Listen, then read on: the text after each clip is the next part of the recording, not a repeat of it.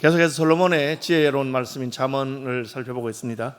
잠언은 우리 인생의 지혜가 되기도 하고 또 그 말씀을 따라 살 때 우리가 더 형통하고 복이 있다, 그런 인간의 경험이나 혹은 또 노력의 연구와 이런 것의 결과로 쌓아진 지혜일 수도 있습니다. 성경에 말하는 지혜는 약간 다른데 그것은 인생이 노력하거나 수고해서 또 발견한 그런 것을 넘어서서 하나님께서 우리에게 직접 가르쳐 주시는 지혜라는 그런 의미가 있습니다. 누가 지혜로운가? 사실 우리는 지혜로운 사람이 아니잖아요. 오늘 본문에 나오는 것처럼 우리는 어리석은 자들이며 미련한 자들입니다. 어리석은 자들아, 미련한 자들아, 너희는 명철할지니라, 너희는 마음이 밝을지니라, 그렇게 말하고 있습니다. 우리가 스스로 나는 어리석고 나는 미련하다 하는 것을 깨닫는 게 굉장히 중요합니다. 그래야 지혜의 하나님께 나아가서 하나님, 저희를 도와주세요, 저희를 가르쳐주세요, 그렇게 할 수 있을 것이기 때문입니다. 스스로 지혜롭게 생각한다면 하나님께 묻지 아니하고 자기의 경험이나 자기의 똑똑함이나 자기의 판단을 따라서 그렇게 결정할 것이고, 그렇게 해서 실수하고 실패할 수 있을 것입니다. 요즘은 자기가 똑똑하다고 하는 시대고 자기 피하라는 시대이기 때문에 다른 사람 말 들으려고 하지 않습니다. 또 지나간 세대의 경험이나 지혜에 대해서도 이렇게 인정하려고 하지 않는, 어른들 이야기하면 골치 아픈 이야기, 무슨 라떼 같은 소리 하고 앉아있다, 이렇게 생각하는 그런 시대가 되었습니다. 오늘 본문에 보면 너희는 은을 받지 말고 10절입니다. 나의 훈계를 받으며 정금보다 지식을 받으라. 이 말은 은이나 정금보다 훈계와 지식이 낫다는 것이죠. 대저 지혜는 진주보다 나으므로. 진주는 옛날에 이제 그 아주 작은, 크기가 작으면서도 고가의 가치를 가진 거니까 화폐로 말하면 아주 고액권과 같은 그런 것이죠. 어쨌든 금이나 은이나 진주보다 지혜를 더 낫게 여기라, 그렇게 했습니다. 제가 잠언서를 설교하면서 서울시민교회 와서 언제 내가 잠언을 설교했는가 살펴보니까 4년 전에 했어요. 4년 전에. 이 성경 본문 읽기가 원래는 7년에 한 번 돌아가는데 어떤 경우는 4년 만에 돌아오는지, 제가 4년 전에 제가 설교한 거 찾아보고 또 유튜브에 내가 보니 있더라고요. 그래서 제가 4년 전에는 어떻게 설교했나 한번 이렇게 들어보니까 뭐 다른 건 모르겠는데 그때가 젊더라고요. 그때가 보기 좋다, 이런 생각은 들었습니다. 그래서 혹 기억하시는 분이 있는지 모르겠지만 제가 그때 설교 한번 들어보고 살펴보면서 그때 썼던 이야기 한번 더 해보겠습니다. 여기에 어떤 이제 젊은이가 태어났는데 가난한 집안에 태어났어요. 그래서 자기가 여기 살아서는 내가 희망이 없겠다. 그래서 어디 도시나 혹은 또 다른 지역에 가서 노력해서 돈을 벌어와서 한번 집안을 이렇게 봐야 되겠다, 그렇게 생각했습니다. 그런데 이제 집안에서는 결혼하고 가거라. 그래서 결혼했습니다. 사랑스러운 아내를 맞이했는데 결혼했지만 자기는 가야 되겠다고 결심해서 아내에게 여보, 나를 기다려주세요, 내가 반드시 성공해서 돌아오겠어요. 그렇게 하고는 집을 떠났습니다. 집을 떠나서 마침 큰 농장을 하고 있는 아주 좋은 주인을 만나서 농장에서 20년 동안 성실하게 열심히 농부로서 일을 했습니다. 20년 하고 나니까 이제 돌아가야 되겠다는 생각이 들어서 주인에게 제가 그동안 일한 삭스를 주십시오. 주인이 그래, 넌 너무 성실하게 일했기 때문에 내가 너의 삭스를 따로 다 모아놓았고 괜히 제법 한 재산이 되었다. 그렇게 하면서 가려고 하는구나, 이제 가면 좋겠구나 하고는 그 삭스를 두고 이렇게 말하는 겁니다. 내가 네가 돌아간다고 하니까 너에게 다른 제안을 하나 하겠다. 네가 만약에 그동안 20년 동안 모아놓은 삭스를 달라면 내가 그 품삯을 그대로 주겠다. 근데 만약에 품삯 말고 내가 너에게 다른 제안을 하는데 그걸 원한다면 그걸 선택할 수 있다. 그 다른 제안은 내가 이날까지 살아오면서 깨달은 인생의 지혜가 있는데 그 지혜의 충고 3가지, 지혜로운 충고 3가지를 내가 할 건데 품삯을 받아도 되고 그 지혜 3개를 받아도 된다. 네가 내 충고 3개를 받으면 그 대신 품삯은 없다, 그렇게 말했어요. 이게 뭡니까? 20년 일했는데 아니 이제 잘못 생각하면 뭐 말 3마디로 다 때우려고 하나, 그런 생각이 들 수 있잖아요. 그래서 이분이 이제 이 젊은이가 생각해 보니까 자기 주인이 참 성실하고 진실을 낸 사람이에요. 자기한테 잘해줬어요. 자기가 돌아가려고 하는데 뭐 자기를 속이거나 그럴 사람 아니라고 생각돼요. 그리고 그분이 지혜로운 사람이기 때문에 그분이 도대체 무슨 말씀을 하길래 내가 20년 동안 번 그 품삯만큼 되는 3마디의 충고가 뭘까? 그래서 고민하다가 이제 떠나기 전날 주인한테 가서 주인님, 제가 품삯을 택하지 아니하고 20년 일하는 것을 충고 3마디, 지혜의 충고 3마디하고 바꾸겠다고 그렇게 했어요. 주인이 잘 선택해라. 그걸 받으면 너는 품삯은 없다. 그래도 제가 지혜의 3마디 충고를 받겠습니다. 그렇게 하니까 3가지를 말씀해 주었어요. 첫째는 네가 목표를 정하고 가다가 중간에 무슨 지름길이 있다고 해서 누가 그렇게 지름길로 가자 하는데 그걸로 가지 마라. 인생은 지름길이라는 게 없는 거다. 네가 목표를 정했으면 그 길 따라 늦어 보여도 또 그 길로 가거라. 그렇게 말했습니다. 두 번째는 악한 일이나 쓸데없는 일에 호기심을 갖지 마라. 그냥 너와 관계없는 악한 일이든지 쓸데없는 일에 호기심을 가지지 말고 그냥 네가 하는 그 계획대로 인생을 살아가면 좋겠다.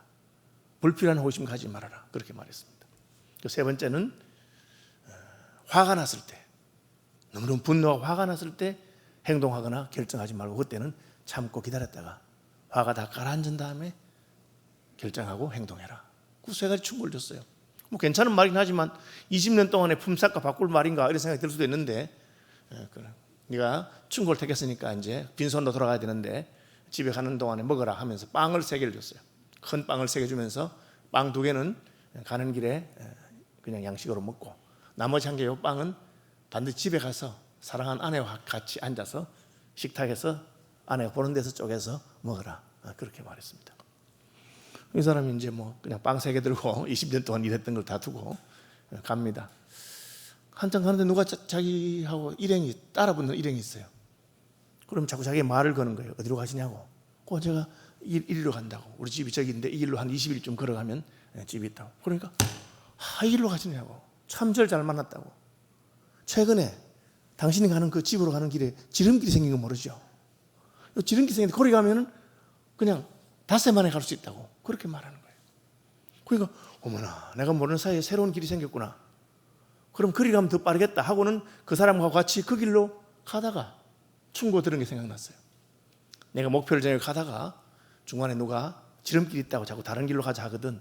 그렇게 하지 말고 원래 처음 길로 가거라. 그래서 죄송하다고 가다가 갑자기 내가 뭐 잃어버린 게 생각이 났다 하면서 가시라고, 저는 돌아가야 되겠다고 하고는 돌아가서 원래 길로 갔습니다. 그때는 몰랐는데 나중에 알고 보니까 그 사람은 그 길로 가는 나그네들을 꼬셔서 유혹해가지고는 산길로 가자 하고는 지름길로 가자 하고 거기 자기 동료들이 산적들인데 지키했다가 사람을 죽이고 재산을 빼앗아가는 그런 사람이었어요. 그 충고 때문에 자기 목숨을 한번 건지게 됐습니다. 그리고는 그는 늦지만 자기 가던 길을 따라서 계속해서 가고 있었습니다. 가다 보니까 뭐 여관 있는 시대 아니니까 밤이 돼서 잘 데가 없어서 어느 집에 들어가서 농가에 가서 혹시 저를 하룻밤 재워줄 수 있겠습니까? 그렇게 하니까 그래, 우리 집에 당신이 잘 수 있는 헛간 같은 방이 하나 있겠는데 그냥 주무시면 되는데 조심해야 될 게 있다고. 뭘 조심해야 됩니까? 밤중에 무슨 이상한 소리가 나거든. 절대 문을 열지 말고 그냥 문을 꼭 잠그고 그냥 주무시면 좋겠다고. 그렇게 할 수 있겠느냐고. 그렇게 하겠습니다 하고는 이제 들어가서 잡니다. 문을 잠그고 자는데 갑자기 밖에서 무슨 이상한 소리가 막 비명 소리 같은 하고 날카로운 소리가 막 들리는 거예요. 자다 깨서 보니까 이게 무슨 일일까 하고 문을 열고 나가고 싶었어요. 그때 갑자기 또 2번째 충고가 생각났어요. 쓸데없는 일에 호기심을 가지지 말고 내가 하던 대로 그냥 해라. 그래서 문을 열어보고 싶었지만 그는 문을 닫고 그냥 잤습니다. 그럼 아침 되니까 그 농가의 주인이 문을 두드리는 거예요. 여보세요, 나그네. 예, 혹시 지난밤에 잘 주무셨어요? 무슨 일 없었어요? 하고 문을 열어보니까 주인이에요. 별일 없었느냐고. 예, 그냥 밤중에 누가 과음을 지르는 것 같은 이상한 소리가 들리는데 당신이 문 그냥 잠그고 자라 했고 또 제게 충고하신 어떤 분이 쓸데없는 일에 호기심을 가지지 말라고 해서 그냥 잤습니다. 너무 잘하셨다고. 이 동네는 한 번씩 이렇게 정신이 이상한 사람들이 오는데 그 사람들이 와가지고는 나그네가 왔다는 이야기를 들으면 그 집 앞에서 막 과음을 지르고 이렇게 해서 그 사람들이 문을 열고 나가면 칼로 찔러 죽이는 그런 일이 여러 번 있었는데 내가 절대 문 열지 말고 쓸데없는 일에 호기심 가지지 말아도 자꾸 그렇게 해서 많이 죽었는데 당신은 참 잘했다고 2번이나 목숨을 건졌어요. 그리고는 이제 집으로 갔습니다. 집으로 가니까 저녁 때가 됐는데 밤이 됐는데 이제 창에 아내의 그 실루엣이 보였어요. 너무 반갑고 좋았어요. 사랑하는 아내가 저기 있구나 하고 들어가려는데 아내가 혼자가 아니에요. 웬 남자가 같이 있는 거예요. 가슴이 쿵 했습니다. 아니 우리 아내가 다른 남자하고 만나고 있나? 자세히 보니까 젊고 창가를 보는데 젊고 튼튼하고 잘생겨 보이는 남자하고 같이 있어요. 그리고는 그 남자가 가지 않냐고 그곳에서 그냥 밤을 보내고 같이 자는 거예요. 너무 화가 나고 분했어요. 아니 내가 없는 동안에 이런 짓을 했구나. 당장 문을 부수고 들어가서 그 두 남자와 여자를 칼로 죽이고 싶었어요. 그랬는데 세 번째 충고가 생각났어요. 화가 났을 때 행동하지 말아라. 분한 마음으로 행동하지 말아라. 결정하지 말아라. 그 말이 생각나서 그냥 그는 몰래 자기 집 헛간에 가서 잤습니다. 분한 마음이 들었지만 그냥 참고 잤는데 자고 나니까 아내가 이해가 되는 거예요. 신혼에 나하고 헤어진 지 20년이 됐는데 아내도 얼마나 외로웠겠나. 그래서 다른 남자하고 결혼했는가 보다. 아내를 행복하게 보내줘야 되겠다 하고는 그 다음 아침에 문을 두드렸습니다. 그러니까 아내가 문 열고는 남편을 보는 너무 반가워하는 거예요. 속으로 뭐 이런 여자가 있나. 그렇지만 마음을 가라앉히고 나는 지난 20년 동안 당신만 생각하면서 일했는데 당신이 나를 배신하고 다른 남자하고 자는 것에 대해서 너무 마음이 상한다. 그러니까 아내가 펄쩍 뛰면서 무슨 말 하냐고. 내가 왜 다른 외간 남자하고 잤냐고. 내가 어제 저녁에 분명히 봤다. 그러니까 아내가 얘야 이리 나와봐라 하고 나오는데 젊고 잘생긴 청년이에요. 얘가 바로 당신 아들이에요. 당신이 집을 떠나고 얼마 안 돼서 내가 임신한 것이 드러났는데 이제 올해 20살이 됐어요. 자기 아들, 자기를 닮은 아들이었어요. 자칫했으면 아내와 아들을 자기가 죽일 뻔했어요. 그래서 식탁에 앉아서 그래도 내가 그 지혜로운 충고를 들었기 때문에 2번 죽을 뻔한 위기에서 벗어나고 또 내가 우리 가족을 죽일 뻔한 그런 위험에서 벗어났구나 하고는 주인이 준 그 3번째 빵을 식탁에서 나누었어요. 그 빵 안에 자기 20년치 그게 들어있었어요. 품삯이. 그래서 이제 뭐 이건 지금 이야기잖아요. 누가 지어낸 이야기인데 저도 굉장히 성격이 좀 급하고 저도 호기심이 참 많은 사람이에요. 오지랖이 넓다고 합니까? 쓸데없이 관심도 많이 가지고 저는 그 이야기를 듣고 많이 마음에 깨달았습니다.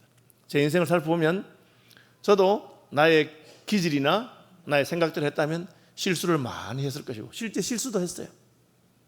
그럼에도 불구하고 이곳까지 온 것은 하나님께서 나를 붙드시고 지켜주신 거예요. 솔로몬은 내 경험과 내 판단대로 하지 말고 하나님의 지혜를 구하고 하나님께서 도우시는 그 지혜로 살아라 그렇게 말씀하고 있습니다. 솔로몬은 왕이 되었잖아요. 왕이 된 다음에 그가 하나님께 감사의 번제를 드리면서 꿈에 하나님 나타나서 솔로몬아 내 소원이 무엇이냐. 솔로몬이 뭐라고 합니까? 솔로몬이 하나님 저는 어린 나이에 왕이 되었습니다. 저는 지혜가 부족합니다. 저는 이 백성들을 많은 백성들을 제대로 재판하고 다스릴 자신이 없습니다. 하나님 저에게 지혜를 주십시오. 그러니까 하나님 깜짝 놀라시면서 야, 너 대단하구나. 너 내게 부귀 영화를 구하지도 아니하고 너 권세를 구하지도 아니하고 너 오래 사는 장수를 구하지도 아니하고 대적의 목숨을 구하지도 아니하고 지혜를 구하니 참 내 마음에 드는구나. 네가 지혜를 구하니 내가 너에게 지혜를 줄 것이고 지혜뿐 아니라 부귀와 영화와 장수와 대적을 멸하는 거 다 주마 그렇게 말씀하셨습니다. 실제로 솔로몬은 하나님 주신 지혜로 말미암아 오늘날까지 역사상 가장 지혜로운 재판관 할 때 솔로몬의 재판이라고. 그죠?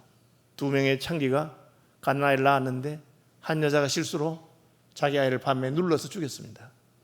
아침에 일어나 보니까 자기 아이가 죽은 것을 보고 옆에 누워있는 여자의 아이가 바꿔치기 했어요. 그 여자가 일어나 보니까 자기 아이가 죽었는데 자세히 보니까 자기 아이가 아니에요. 왜 남의 아이를 가졌느냐? 서로 자기 아이라고 우길 때 서로 어떻게 재판합니까? 요즘같이 무슨 유전자 검사가 있는 것도 아니고 CCTV가 있는 것도 아니고 알 방법이 없잖아요. 그러나 하나님께서는 그에게 지혜를 주셔서 인간의 마음속에 있는 본질적인 욕망, 내 아이가 죽었으니 남의 아이는 살아있는 게 꼴보기 싫다, 질투하는 마음, 미워하는 마음.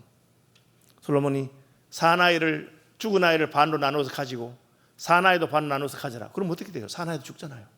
그렇게 말했을 때 가짜 엄마는 잘 됐다. 어차피 나도 내 아이가 죽었으니 같이 죽으면 좋겠다. 그렇게 해주세요. 그렇게 말하고 진짜 엄마는 마음이 불타는 듯이 했어. 임금님 제가 잘못했어요. 그냥 그 아이가 제 아이, 저 엄마의 아이라고 하세요. 양보하잖아요. 왜? 아이를 살리고 싶어서. 그것을 통해서 누가 진짜 음반가를 솔로몬이 재판합니다. 그것은 사람이 생각해서 낼 수 있는 그런 지혜가 아니고 하나님이 주시는 지혜입니다. 성경은 우리에게 너희가 지혜로운 사람이 되거라 그렇게 말합니다. 그런데 우리가 어떻게 해서 지혜로운 사람이 될 수 있습니까? 공부를 많이 하면 지혜로운 사람이 될 수 있습니까? 혹은 수행을 해서 도를 닦아서 지혜로운 사람이 될 수 있습니까? 아닙니다. 유교 문화에서 가장 존경받는 사람이 누굽니까? 공자입니다. 공자의 제자가 공자님에게 선생님 어떻게 하면 우리가 도를 할 수 있습니까? 그러니까 공자가 뭐랍니까? 만약 내가 아침에 도를 깨닫는다면 저녁에 죽어도 한이 없겠다. 그렇게 말했습니다. 불교에 심취한 분들 가운데 우리나라에서 가장 위대한 성녀 중에 한 명이 성철 스님이죠. 그는 용맹정진, 수행을 열심히 한 사람입니다. 장좌불하라 그래서 발을 뻗어서 자긴 하지만 등을 바닥에 대지 않습니다. 눕지 않는다는 거죠. 앉아서 잔다는 거죠. 벽에 기대자거나 혹은 앉아서 발만 쪽 뻗고 그렇게 10년 동안 용맹정진하고 10손가락 탁 소신공양 손가락 탁 세워서 고통 가운데 진리를 추구했던 사람입니다. 그런데 그가 죽을 때 마지막 한 깨달음의 성이 뭡니까? 평생 동안 지은 죄가 수미산보다 높으니, 수미산은 불교의 전설적인 산입니다. 지옥불이 내 눈앞에 있구나 그렇게 말하고 떠났습니다. 다시 말하면 인생에 아무리 수행한다 하더라도 우리가 성철 스님만큼 수행할 수 있으면 공자만큼 유교의 도리를 깨달을 수 있겠습니까? 그런 분들도 스스로 깨닫지 못했다고 하는데 우리가 어떻게 깨달음을 얻으며 지혜를 가지는 사람이 될 수 있겠습니까? 공부해서 되는 것이 아니고 수행해서 되는 것이 아닙니다. 그러면 성경은 우리에게 불가능한 것을 하라고 합니까? 아닙니다. 성경은 하나님께서 우리에게 지혜를 주시겠다. 하나님께서 우리에게 찾아오셔서 함께 하시겠다고 말하는 것입니다. 여러분, 성경에 놀라운 이유가 뭡니까? 하나님이 오시는 것이죠. 지혜가 부르지 아니하느냐, 명철이 소리를 높이지 아니하느냐. 우리가 찾아가는 것이 아니고 하나님이 우리를 부르십니다. 지혜가 우리를 부르고 명철이 우리를 부르면 내게로 오라. 내가 너희를 지혜롭게 하겠다고 하는 것입니다. 우리가 지혜로운 존재가 되어라가 아니라 하나님이 우리를 지혜롭게 하시겠다는 것입니다. 이것이 놀라운 점입니다. 그래서 우리의 앞서간 믿음의 세대들 가운데 초등학교도 나오지 않지만 얼마나 지혜로운 분들이 많습니다. 저는 목사니까 목사님들의 세계만 봐도 제대로 공부하지 않았던 우리 앞의 세대들 가운데 얼마나 지혜롭게 목회하시고 하나님의 진리의 도리를 알려주신 분들이 있습니다. 왜 그렇습니까? 자신의 경험이나 자신의 학문이나 자신의 정보가 아니라 하나님 옆에 나가서 기도하고 긍휼을 구하고 말씀 묵상하면서 하나님의 지혜를 가지고 목회하고 성도들을 인도하고 가르쳤기 때문에 그렇습니다. 그러므로 우리는 우리 스스로가 지혜로운 자가 아니지만 지혜로우신 하나님께로 나아가서 하나님께서 우리를 부르시는 그 음성을 듣고 그분의 말씀을 들을 때 지혜로운 사람이 될 수 있는 것을 기억하시기를 바랍니다. 그죠? 나의 지혜가 아닙니다. 하나님의 지혜입니다. 그래서 성경은 하나님께서 우리를 찾으신다. 그가 길가의 높은 곳과 내거리에 서며, 이 높은 곳에서는 다 보이는 곳에 섰다는 것이죠. 내거리라는 것은 사람들이 많이 다니는 곳에 선다는 것이죠. 성문격과 문어기와 여러 출입하는 문에 사람들이 들락날락하는 곳에 서서 하나님께서 찾으시고 부른다는 것입니다. 예수님께서는 예루살렘아 예루살렘아 암탉이 병아리를 그 날개 아래 품으려 함같이 내가 몇 번이나 너희를 불렀느냐. 하나님께서 먼저 우리를 찾아오시고 하나님께서 우리를 부르시고 하나님께서 내게로 와서 나의 가르침을 듣고 배우라고 말씀하는 것입니다. 그것이 놀라운 것입니다. 여러분, 이슬람교에서는 자기들의 경전인 쿠란을 번역하지 못하게 합니다. 신성한 언어니까 번역하면 안 된다 그렇게 핑계는 좋죠. 왜 그렇게 하는지 아십니까? 그 내용이 쉽게 번역되고 다 읽으면 그게 엉터리인 게 다 드러나기 때문에 그렇습니다. 그 자체의 모순이 있는 책입니다. 성경은 어떻습니까? 성경은 가능하면 많은 사람들이 읽을 수 있도록 쉬운 말로 번역합니다. 시간이 지나면 또 다시 그 시대의 언어로 번역합니다. 한국어만 수십 개의 번역이 나왔습니다. 영어는 300개 넘는 번역본이 있습니다. 성경 번역 선교에서는 전 세계의 작은 부족들, 몇만 명 되지 않는 부족들의 언어도 그들이 자기 나라 말로 성경을 읽어서 이해할 수 있도록 그렇게 하는 것입니다. 왜? 하나님께서는 그 지혜를 우리에게 주기를 원하시기 때문에 하나님의 지혜를 주기를 원하는 것입니다. 어떤 종교는 자기 종교를 추종하는 사람들이 뭘 깨닫는 걸 원치 않습니다. 그저 그냥 시킨 대로 하도록 그렇게 하는 겁니다. 북한이 그렇게 하죠. 백성들이 더 정보에 북한 바깥 세계에 대해서 알게 되는 것을 엄격하게 금하고 있습니다. 왜? 알면 자기들이 거짓말한 것이 드러날 것이기 때문에 그렇습니다. 성경 그렇게 하지 않습니다. 하나님의 지혜로 내가 너희를 지혜롭게 할 테니 누구든지 하나님께로 오라. 하나님의 진리의 말씀 누구든지 깨달을 수 있도록. 이단들은 우리 교주만 진리를 깨달았고 우리 선생님만 뭘 깨달았기 때문에 너희들은 알 필요도 없고 알지도 못하고 그냥 우리 선생님 시킨 대로 해. 그렇게 하는 것이 통일교고 애천교고 신천지고 다 그렇게 하는 것입니다. 우리는 그렇지 않습니다. 누구든지 스승이신 성령의 인도함을 받아 하나님 말씀 들으면 깨달을 수 있습니다. 많이 배우지 아니어도 그냥 하나님 말씀 듣고 읽고 하면서 하나님이 이렇게 말씀하셨구나 하는 것을 깨닫게 됩니다. 그래서 성경은 하나님께서 소리 높여 부르시며 사람들아 내가 너희를 부르며 내가 인자들에게 소리를 높이노라. 왜? 어리석은 자들아 너희는 명철할지니라. 미련한 자들아 너희는 마음이 밝을지니라. 너희는 들을지어다. 내가 가장 선한 것을 말하리라. 내 입술을 열어 정직을 내리라. 하나님께서 우리에게 말씀하셔서 우리가 그것을 듣고 깨닫고 지혜로워지기를 원하시는 것입니다. 우리 스스로 지혜로운 것이 아니라 지혜의 하나님께서 우리 가운데 오시는 것입니다. 그분이 바로 예수님이십니다. 이 잠언은 22절 보시면 지혜가 사람인 것처럼 말합니다. 여호와께서 그 조화의 시작에 곧 태초에 일하시기 전에 나를 가지셨으며 하나님이 지혜를 가졌다는 말을 이렇게 말합니다. 지혜가 마치 사람인 것처럼 하나님이 나를 가지셨다. 만세 전에 태초부터 땅이 생기기 전에 내가 세움을 받았나니. 이게 지금 가지셨다는 말은 만드셨다는 말과 다른 말입니다. 하나님이 낳으셨다. 예수님을 낳으셨다는 그 말입니다. 세우셨다. 예수님을 메시아로 기름 부으셨다. 그런 뜻입니다. 다시 말하면 하나님께서는 지혜이신 예수님, 성자 예수님을 낳으시고 메시아로 세우셔서 우리에게 보내셨습니다. 그분은 어떤 분입니까? 태초에 계셨던 분뿐 아니라 30절 내가 그 곁에 있어서 창조자가 되어 창조자가 되었다고 그랬어요. 구약에 이 말은 굉장히 어려운 말입니다. 그러나 우리는 신약을 보면서 이 말이 무슨 말인지 분명히 알 수 있습니다. 요한복음에 태초에 말씀이 계시니라. 이 말씀이 하나님과 함께 계셨으니 이 말씀은 곧 하나님이시니라. 그죠? 지은 것이 하나도 그거 없이는 된 것이 없느니라. 말씀이신 하나님, 지혜이신 예수 그리스도께서 하나님과 함께 천지를 창조하시고 하나님과 함께 계시다가 그 말씀이 육신이 되어 우리 가운데 오신 것을 말하고 있습니다. 우리는 어떤 종교를 믿습니까? 예수님을 우리의 마음에 영접하여 예수님이 우리와 함께 계시는 종교를 믿습니다. 예수님의 다른 이름이 뭡니까? 임마누엘입니다. 하나님이 우리와 함께 하신다는 뜻입니다. 예수님 마지막 말씀이 뭡니까? 세상 끝날까지 내가 너희와 함께 하겠다고 하는 것입니다. 우리가 어떻게 지혜로운 사람이 됩니까? 예수님이 지혜의 신이요 보혜사요 그는 기묘자라 모사라 전능하신 하나님이시라. 한 아기가 우리에게 낳는데 그분이 바로 지혜의 신이신 예수님이십니다. 우리에게 오셔서 어리석은 자를 지혜롭게 하십니다. 예수가 우리를 부르십니다. 누구든지 내게로 와서 배우라고 말씀하십니다. 내 음성을 들으면 살아날 것이라고 말씀하시는 분이 바로 예수님이십니다. 누가 지혜로운 자입니까? 하나님이십니다. 누가 지혜로운 자입니까? 하나님의 아들이신 예수 그리스도이십니다. 그분이 우리 가운데 오셨습니다. 우리는 그분을 영접하고 받아들이면 어리석은 자도 지혜를 얻을 수 있고 지혜롭게 될 수가 있습니다. 내가 수고하고 애써서 얻는 지혜가 아니라 하나님이 우리에게 당신의 지혜를 주는 것입니다. 그래서 우리는 보혜사라고 합니다. 지혜의 하나님이 우리 곁에 오신 분이죠. 예수님은 가시면서 내가 가면 또 다른 보혜사를 너에게 보내겠다. 이 또 다른 보혜사는 성령님을 말합니다. 성자 예수님과 성령 하나님은 우리 가운데 계시는 지혜의 하나님으로서 우리를 지혜롭게 하실 수 있는 분입니다. 그분이 오면 어떻게 됩니까? 지혜의 말씀을 알려주십니다. 그래서 우리가 생각할 수 있는 것이 아니에요. 예수님은 누가복음에서 가난한 자는 복이 있다 그렇게 말했습니다. 가난한 게 무슨 복이에요?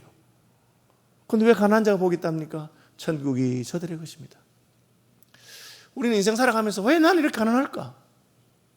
왜 나는 이렇게 어려울까? 그렇게 생각하는데 지혜의 예수님께서는 그것이 내게 복이 되느니라. 왜 복이 되죠? 가난하기 때문에 우리는 하나님의 나라를 사모할 수 있기 때문입니다. 그럼 가난한 자는 복이 없습니까? 마태복음 예수님은 심령이 가난한 자는 복이 있다. 천국이 저희들의 것이다.